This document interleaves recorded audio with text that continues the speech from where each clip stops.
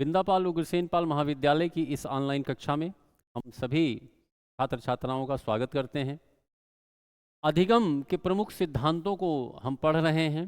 उसी क्रम को जारी रखते हुए आज हम कोहलर के सिद्धांत का विस्तार पूर्वक अध्ययन करेंगे। तो चलिए समझते हैं कोहलर के सिद्धांत को। प्यारे बच्चों, कोहलर के सिद्धांत को भी हम कुछ नामों से जानते हैं।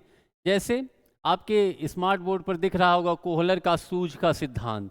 इसका जो दूसरा उपनाम है उसे हम कहते हैं अंतर्दृष्टि का सिद्धांत। क्या कहते हैं? अंतर्दृष्टि का सिद्धांत। इस नाम से भी हम सूझ के सिद्धांत को जानते हैं। परीक्षाओं में आपने पढ़ा है कि सूझ का सिद्धांत और पूछ लिया अंतर्दृष्टि का सिद्धांत किसने दिया। गेस्टाल्ट का सिद्धांत के नाम से भी इसको जानते हैं। तो हम कैसे उसका उत्तर दे पाएंगे? जब तक इन नामों को हम नहीं जानेंगे हम इस चीज को समझ नहीं पाएंगे। गेस्टाल्ट का सिद्धांत भी इसको कहते हैं। गेस्टाल्ट के सिद्धांत का तात्पर्य है, देखिए, गेस्टाल्टवाद एक अलग विचारधारा है शिक्षा मनोविज्ञान में। गेस्टाल्टवाद ये अलग एक विचारधारा है। इसको भी यहाँ पर समझ लेना, जान लेना आवश्यक है। गेस्टाल्टवाद के जो जन्मदाता हैं वो हैं मैक्स वर्दीमर। मैक्स वर्दीमर गेस्टाल्टवाद के जन्मदाता को हम मैक्स वर्दीमर के नाम से भी जानते हैं। ठीक है। समर्थकों में जब हम गेस्टाल्टवाद के समर्थकों की बात करते हैं, समर्थकों की, तो इसमें सबसे प्रमुख नाम कोहलर का आता है, जिसको हमको पढ़ना है। कोहलर। कोफ्का एक और शिक्षा शास्त्री हैं, कोफ्का। कोफ्का, ठीक है। कोहलर, कोहलर और कोफ्का, ये दो शिक्षा शास्त्री हैं जो इस विचारधारा के समर्थक हैं। इतनी चीजें आपने समझ ली। अब समझिए कि गेस्टाल्ट का अर्थ क्या होता है। परीक्षाओं में यह भी पूछा जा सकता है कि गेस्टाल्ट का अर्थ क्या है। इस गेस्टाल्ट शब्द का अर्थ क्या है? तो समग्र, इसका अर्थ होता है समग्र या पूर्ण। ठीक है। गेस्टाल्ट का क्या अर्थ होगा? समग्र या पूर्ण। अभी इसी पर हम चर्चा और विस्तार से करेंगे। इसलिए इस सिद्धांत को संपूर्णवाद का सिद्धांत भी कहते हैं। क्या कहते हैं? संपूर्णवाद का सिद्धांत भी इसको हम कहते हैं। क्या कहते हैं? संपूर्णवाद का सिद्धांत भी इसको हम कहते हैं। ठीक है। इतनी चीजें आपको समझ में आ गई। अब आगे हम चलते हैं। कोहलर के सूझ के सिद्धांत का अर्थ समझते हैं। अर्थ है कि प्राणी संबंध प्रतिक्रिया तथा प्रयत्न और भूल से न सीखकर सूझ के द्वारा सीखता है। किसके द्वारा सीखता है? सूझ के द्वारा। प्राणी संबंध प्रतिक्रिया या प्रयत्न और भूल से न सीखकर सूझ के द्वारा सीखता है। सूझ मतलब समझदारी से सीखता है। ठीक है। वह किसी भी कार्य को जब करता है तो उसको कैसे वो सीखता है? संबंध और प्रतिक्रिया के सिद्धांत के द्वारा नहीं। ठीक है। न तो प्रयत्न और भूल के सिद्धांत से। आपने जैसे स्किनर को पढ़ा, थार्नडाइक को पढ़ा, तो इन दोनों की विचारधारा से कोहलर का सिद्धांत भिन्न है। इन्होंने कहा व्यक्ति अपनी समझदारी से, अपनी सूझ से किसी कार्य को सीखता है, किसी कार्य को कर पाता है या किसी कार्य को कर लेने में सफल होता है अपनी समझदारी से। ठीक है। यह इस सिद्धांत का अर्थ रहा। ठीक है। अब हम समझते हैं कि कोहलर ने प्रयोग किस पर किया। आपके स्मार्ट बोर्ड पर चित्र बने होंगे, चिंपैंजी का चित्र बना होगा। इन्होंने 6 चिंपैंजियों को, ठीक है, इसमें 6 चिंपैंजी तो आपको नहीं दिख रहे हैं, सिर्फ एक ही चिंपैंजी दिख रहा है, जिसमें एक चिंपैंजी को भूख लगी तो वो केले की तरफ देख रहा है, आसपास उसके कुछ बक्से रखे हुए हैं। दूसरे चित्र में आप देख रहे होंगे बक्से को उठा करके रख रहा है और केले को प्राप्त करने की चेष्टा कर रहा है। और तीसरे में आप देख रहे होंगे कि केले को उसने पकड़ लिया, ठीक है, और उसको खा लिया, ठीक है। लेकिन इनका जो प्रयोग था वो 6 चिंपैंजियों पे था। 6 चिंपैंजियों को उन्होंने एक कमरे में बंद कर दिया और कमरे को इस प्रकार सुसज्जित किया कि उसमें कुछ छोटे छोटे बॉक्स रख दिए। क्या रख दिए? बॉक्स रख दिए। ऐसे ऐसे छोटे छोटे बॉक्स उन्होंने कमरे में रख दिए और 6 चिंपैंजियों को कमरे में बंद कर दिया। देखा उन्होंने कि 5 चिंपैंजी केले को प्राप्त नहीं कर पाए। एक चिंपैंजी अकेला ऐसा था जिसने केले को सही तरीके से प्राप्त करना सीख लिया। और वो सही तरीका क्या था कि क्रमबद्ध तरीके से पहले बॉक्स को रखा, फिर उसके ऊपर दूसरे बॉक्स को रखा, फिर उसके ऊपर तीसरे बॉक्स को रखा और उन बॉक्सों पर चढ़ करके वो केले को प्राप्त कर लेता है। तो इससे यह कोहलर को यह समझ में आया कि 6 चिंपैंजियों में सिर्फ एक चिंपैंजी ऐसा था जो समझदार था, जिसके अंदर समझ अधिक थी। उसने बॉक्स को क्रमबद्ध तरीके से रख करके केले को प्राप्त कर लिया, अपनी समस्या का समाधान कर लिया। तो यह दर्शाता है उस चिंपैंजी में सूझ अधिक है। यह क्या दर्शाता है कि उन 6 चिंपैंजियों में एक अकेला जो चिंपैंजी जिसका नाम था सुल्तान, परीक्षाओं में यह भी पूछा जाता है कि कोहलर ने किस चिंपैंजी पर प्रयोग किया, उसका क्या नाम था, तो आपको उत्तर देना होगा सुल्तान नाम का वह चिंपैंजी था। इसका नाम था सुल्तान, इस चिंपैंजी का। तो सुल्तान के अंदर सूझ अधिक थी, इसलिए उसने अपनी समस्या का समाधान कर लिया, ठीक है। अब समझते हैं कि सीखना क्या है।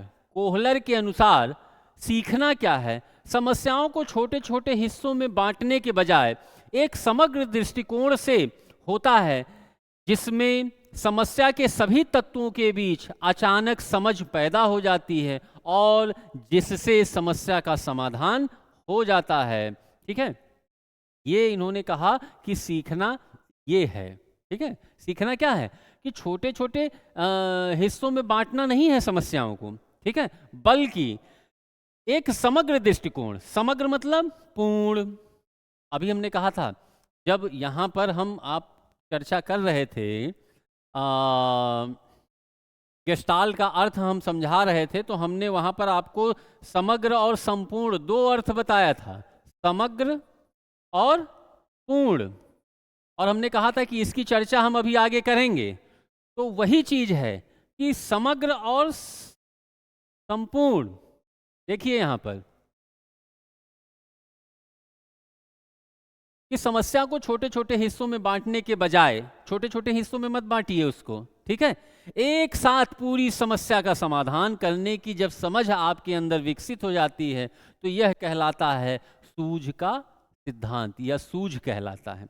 तो क्या इन्होंने कहा कि सीखना समस्या को छोटे छोटे हिस्सों में बांटने के बजाय समग्र दृष्टिकोण, ये समग्र दृष्टिकोण से होता है। एक साथ पूरी समस्या को आप देखिए, समझिए, ठीक, जिसमें समस्या के सभी तत्वों के बीच, अब समस्या है उसके सभी तत्वों के बीच अचानक समझ या अंतर्दृष्टि पैदा होती है, जिससे समस्या का समाधान हो जाता है। इन्होंने यही कहा, अधिगम यही इसी को कहते हैं, ठीक है।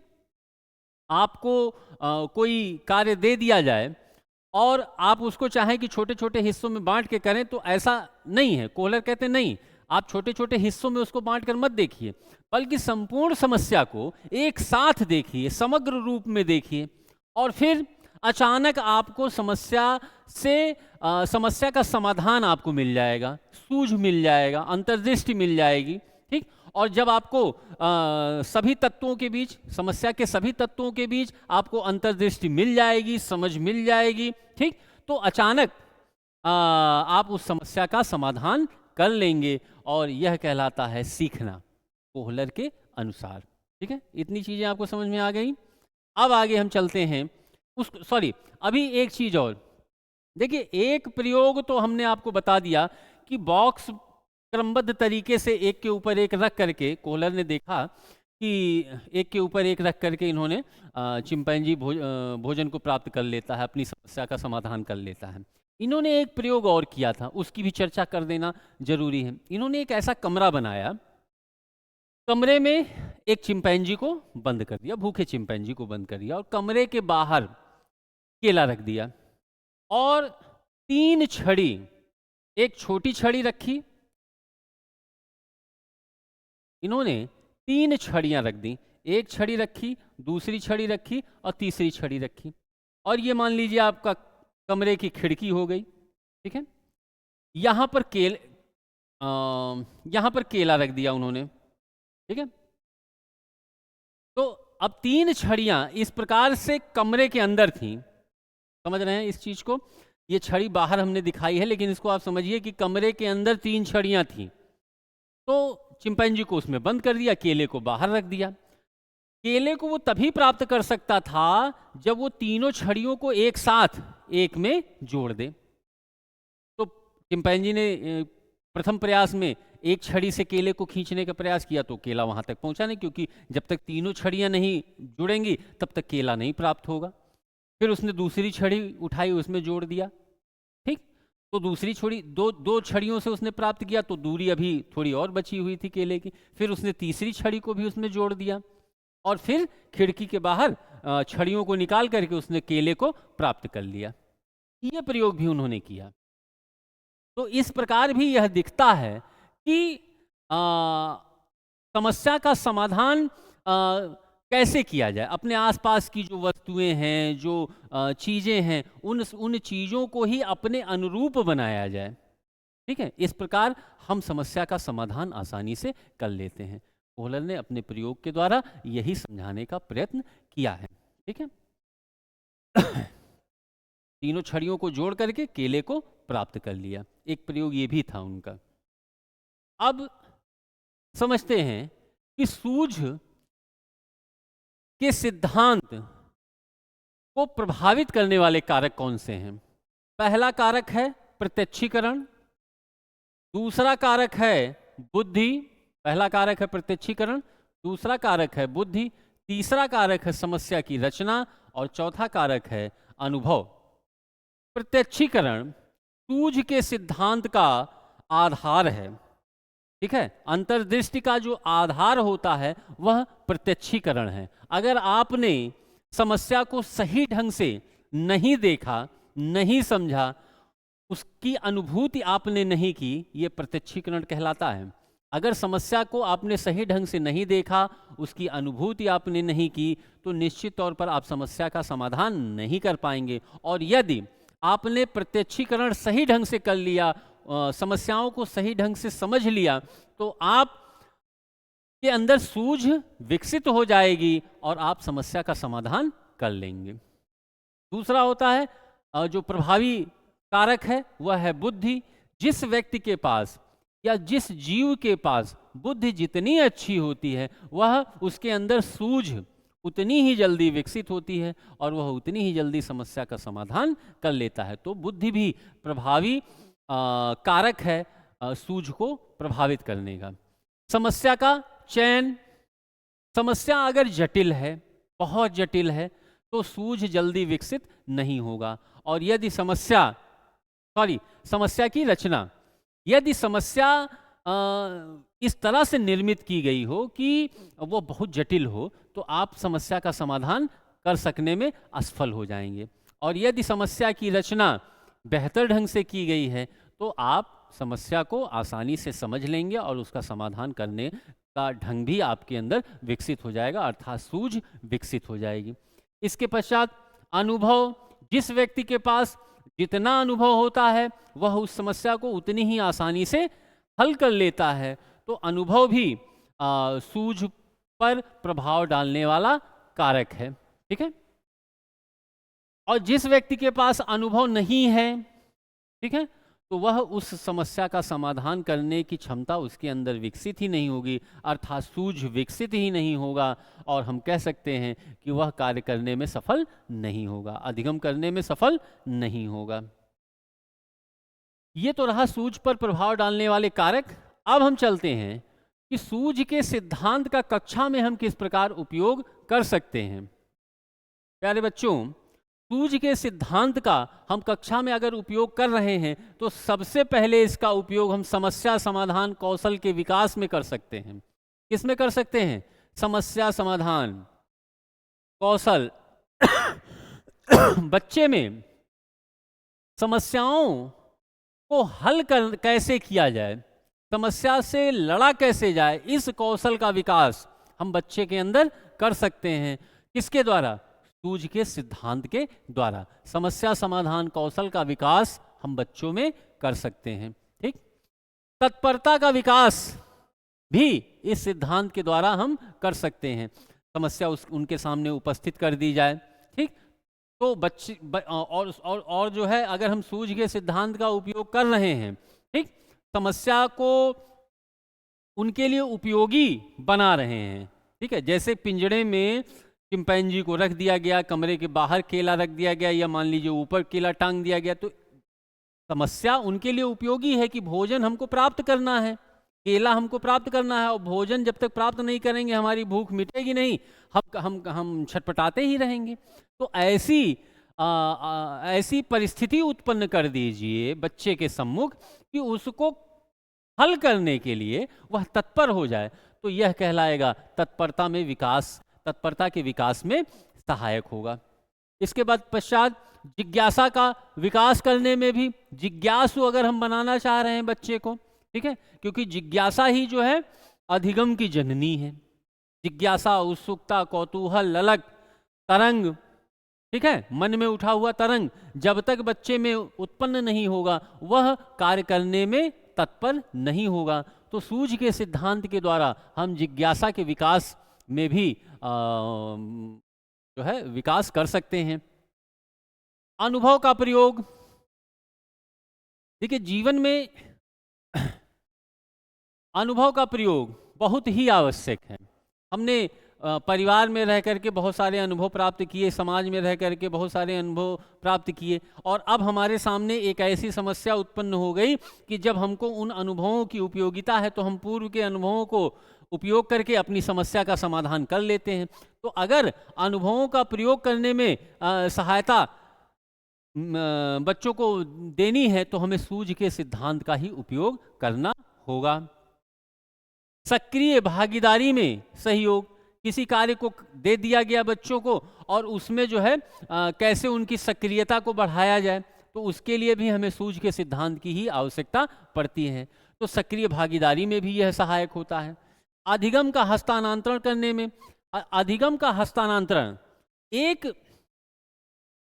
अधिगम का प्रयोग जब हम दूसरे क्षेत्र में करते हैं, एक सीखे हुए ज्ञान का प्रयोग जब हम दूसरे क्षेत्र में करते हैं तो यह कहलाता है अधिगम का हस्तांतरण। ठीक है, जैसे हम मोटरसाइकिल चलाते हैं तो साइकिल चलाने का जो ज्ञान है वह हम मोटरसाइकिल में उपयोग करते हैं, तो यह कहलाता है अधिगम का हस्तांतरण। ठीक है, तो अधिगम का हस्तांतरण करने में सहायक सूझ के सिद्धांत के द्वारा हम अधिगम का हस्तांतरण करने में भी उपयोग कर सकते हैं। तो ये सभी चीज़ें कक्षा के लिए बहुत ही महत्वपूर्ण हैं। तो इस प्रकार कोहलर का सूझ का सिद्धांत यहाँ पर समाप्त होता है। अगर आपको कोई कठिनाई या परेशानी हो रही होगी तो आप अपने कमेंट के माध्यम से हमें अवगत कराइएगा। हम आपकी समस्या का समाधान करने के लिए तत्पर रहेंगे। तब तक के लिए धन्यवाद।